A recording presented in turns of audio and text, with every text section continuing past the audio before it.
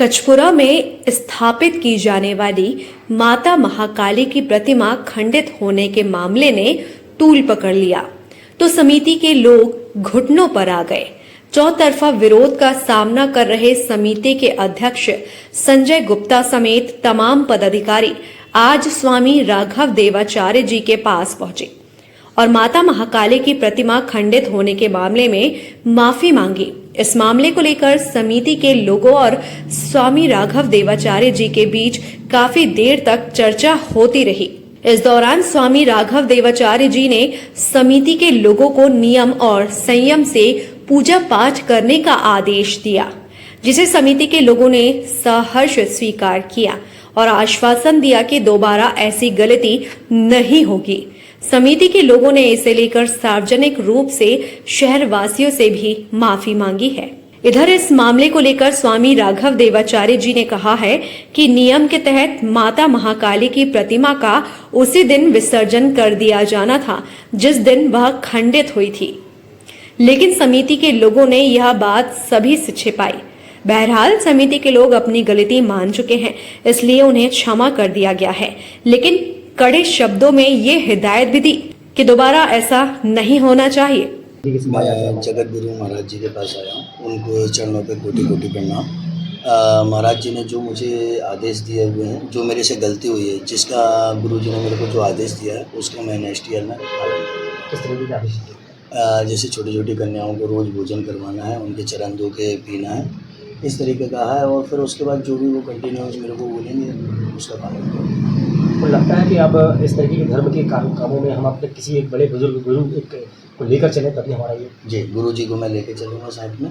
जो भी चीज़ें रहेंगी गुरु जी जैसा बोलेंगे वैसे ही। शहर में कई लोग का दुष्प्रचार भी कर रहे हैं और तरह तरह की बातें फैलाएंगे, क्या करें? अब उसके लिए तो कुछ नहीं कह सकता, बस मैं सारे शहरवासियों से जो भी अगर मुझसे गलती हुई है उससे मैं क्षमा चाहता हूँ, माफ़ी चाहता हूँ कि मेरे से जो भी गलती हुई है उसके लिए क्षमा चाहता हूँ। आगे से ऐसा कुछ नहीं हो। जय माता दी।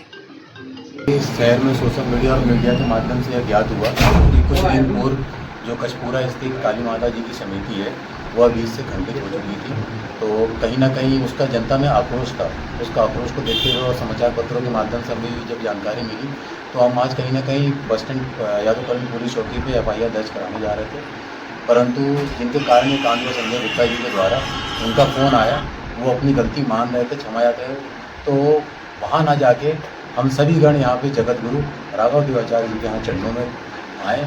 उन्होंने संजय गुप्ता ने यहाँ उनसे माफ़ी मांगी, गुरु जी ने माफ़ किया और कहीं ना कहीं वो हमारे धर्म से भी संबंधित हमारे उनसे व्यक्तिगत बुराई हुई नहीं थी। हमें बस उनसे यह हमारा गुस्सा था कि जो उनसे गलती हुई है उस गलती को उन्होंने छुपाया, तो उस गलती को इन्होंने यहाँ पे आके गुरु जी के सामने कबूल किया। गुरु जी ने जब उनको क्षमा कर दिया है तो फिर हमें उनसे कोई भी शिकवा नहीं हुई। रघु तिवारी सदस्य पूरे संस्कारधानी को आशीर्वाद। आज हम कचपुरा महाकाली के विषय में चर्चा कर रहे हैं और बरेला में स्थापित माता महाकाली में के पंडाल में उनके साथ आग लग गई और उसमें माता को हानि हुई, उस विषय पर चर्चा की गई है। आज देखिए, जब तक पूजा विधान से नहीं होगी, नियम से नहीं होगी, तब तक शक्ति का प्रकट होना मुश्किल है। जहाँ जहाँ ये दुर्घटनाएं हुई हैं उसका बड़ा दुख है मुझे।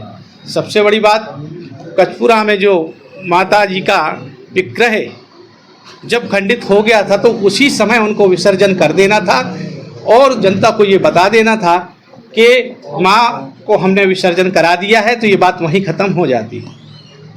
ये धर्म और न्याय के अनुसार गलत है।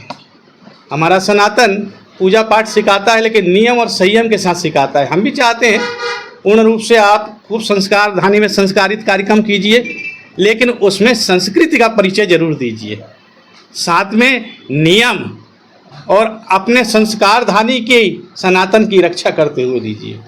हम सब ने मिलके कुछ दिन पहले ये चर्चा की कि जिन्होंने ये दुर्घटना जिन्होंने की है और जिनके कारण ऐसे मूर्तियों में स्थापना में गलतियां हुई हैं, उन सबको धर्म की रास्ता सिखाई जाएगी और उनको उनकी साथ FIR भी की जाएगी। लेकिन मेरी समिति में मेरे सारे भक्तगण, इसमें राघव तिवारी जी, नगेंद्र जी और सब लोग मिलके आज निर्णय लिया और संजय जी को मैं क्षमा इस बात पर कर रहा हूँ कि उन्होंने इस बात को स्वीकार कर लिया है।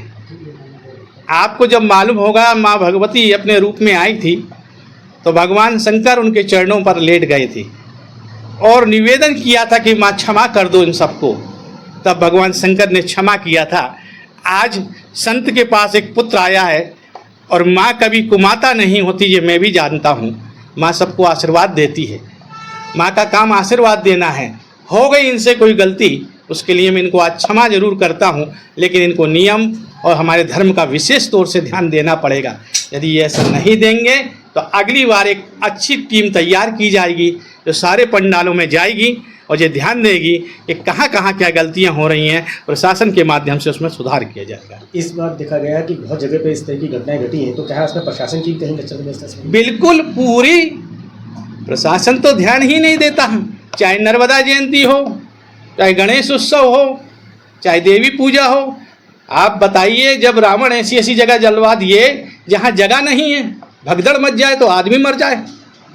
प्रशासन को ध्यान देना चाहिए और पुलिस बल को जहाँ जहाँ विशेष मूर्तियाँ रखी गई हैं बड़ी बड़ी, जहाँ ज़्यादा संगठित लोग इकट्ठे होते हैं वहाँ ज़्यादा ड्यूटियाँ देना चाहिए, तभी जाकर सुरक्षा हो सकती है। और दूसरी बात, छोटी छोटी स्थानों पर एक अपनी टीम वहाँ के क्षेत्रों के द्वारा बना देना चाहिए, जो उस पर नज़र रखे और नज़र रखकर उनको बताए, तभी काम होगा कुछ। ब्यूरो रिपोर्ट, टीम पल पल इंडिया।